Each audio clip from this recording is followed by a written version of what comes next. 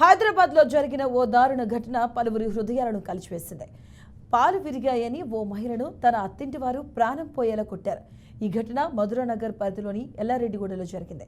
ఒక్క భర్త మాత్రమే కాదు, అత్తింటి వారందరూ చిత్రహింసలు పెట్టారు.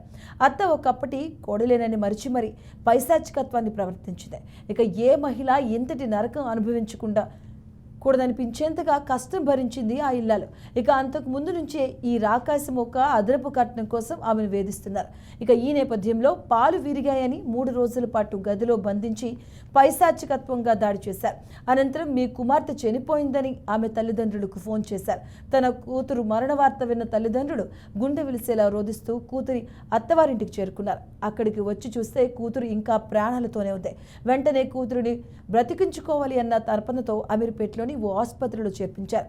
బాధితురాలి తల్లిదండ్రుల ఫిర్యాదు మేరకు పోలీసులు కేసు నమోదు చేసి విచారణ చేపట్టారు.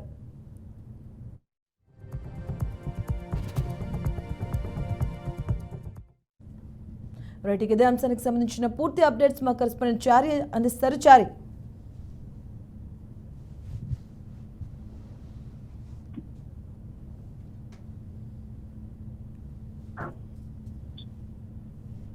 చారి